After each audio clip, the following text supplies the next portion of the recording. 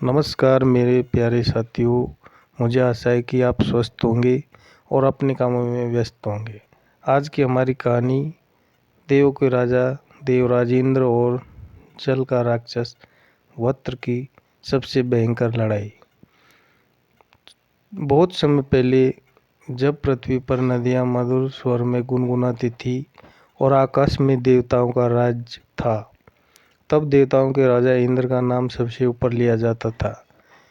उनके हाथ में जो वज्र बिजली की का हथियार, जिसे स्वयं विश्वकर्मा ने दैत्य पिता तत्वष्टा के पुत्र वृत्र को हराने के लिए बनाया था, इस पर कहानी की शुरुआत विजय से नहीं अपमान से होती है। देवताओं ने असुरों को हराया।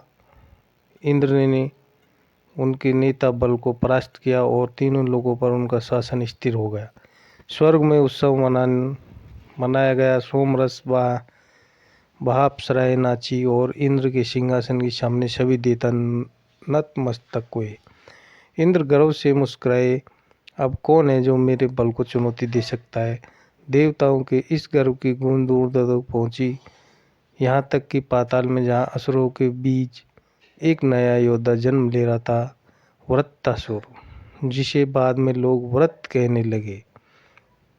वृत्र जब इंद्र ने असुरों के गुरु तवष्टा के पुत्र त्रिशरा का वध किया तो तवष्टा क्रोधित हुए।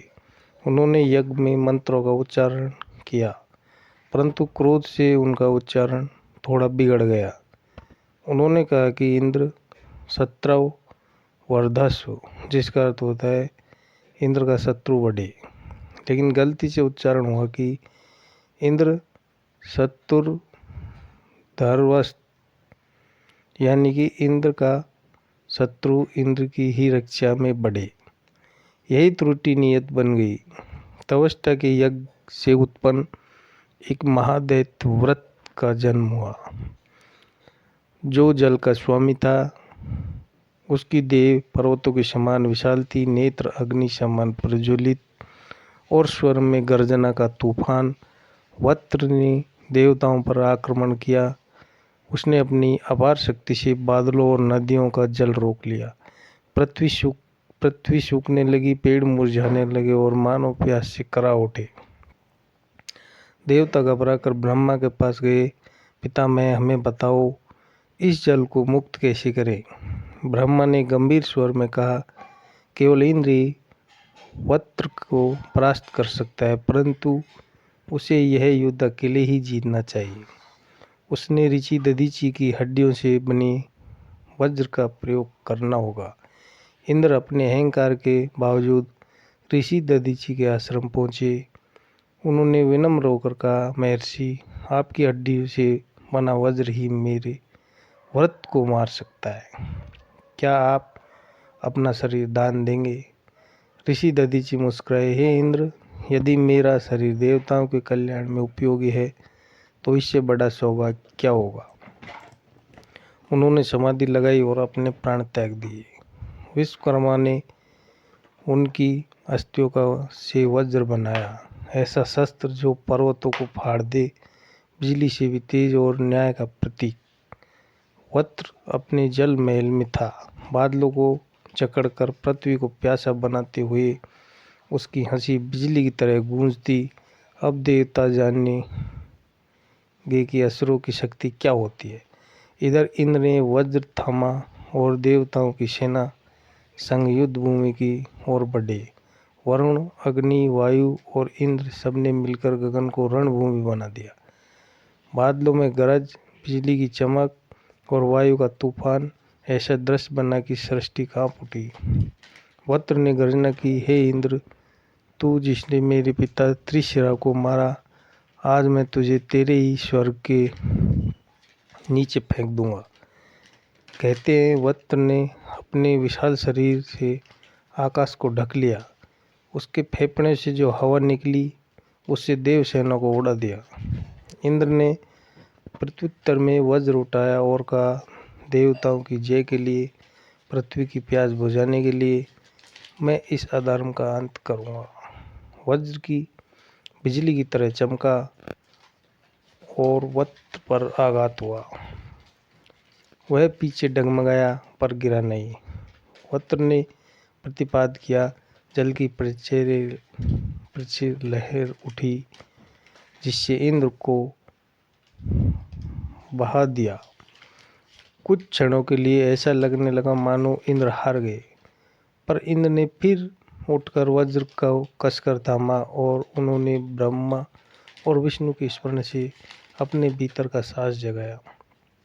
विष्णु ने पहले ही कहा था कि जब तू वज्र से लड़ेगा तो मैं तेरे वज्र में रहूँगा। इंद्र ने ध्यान किया और उसी क्षण वज्र में विष्णु की शक्ति प्रभावित हुई। बिजली की कड़क और इंद्र ने एक ही बार में वज्र की भुजाएं काट दी। जल की लहरें गिरी पृथ्वी पर। अब वे मुक्त थी, धरती की ओर बह चली। वज्र घायल होकर भी मुस्कुराता बोला, हे इंद्र, तेरी यह विजय क्षणिक है। तू मुझे मार सकता है, पर मैं जल का अंश हूँ, मैं फिर लौटूंगा वर्षा बनकर।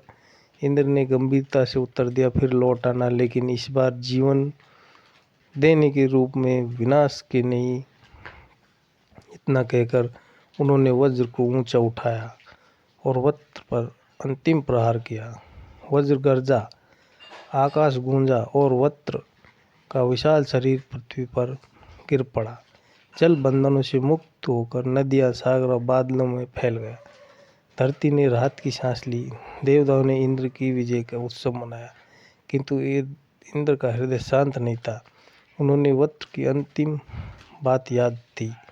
उन्होंने देखा, जल लौट आया, जीवन लौट आए, पर उनके भीतर विनम्रता का बीज भी उग आया। उन्होंने कहा, शक्ति तब तक पवित्र है जब तक वह संरक्षण के लिए है, दमन के लिए नहीं। इस युद्ध के बाद इंद्र को वृत्रह कहा गया, वज्र का संहारक। वज्र ने जल को बांधकर विनाश लाया और इंद्र ने उसे मुक्त कर जीवन दिया। एक ने नियंत्रण का प्रतीक बनकर भय फैलाया, दूसरे ने मुक्ति का प्रतीक बनकर आस्था जगाई। आज भी जब बादल गरजते हैं तो लोग कहते हैं, इंद्र फिर वज्र से युद्ध लड़ रहा है। और जब पहली वर्षा की बूंद धरती को छूती तो लगता है मानो इंद्र ने फिर से वज्र को पराजित कर जल को आज़ाद कर दिया है। वीडियो पसंद आए तो चैनल को सब्सक्राइब एंड वीडियो को लाइक ज़रूर करें। मिलते हैं ऐसी रोचक कहानियाँ लेकर नेक्स्ट वीडियो।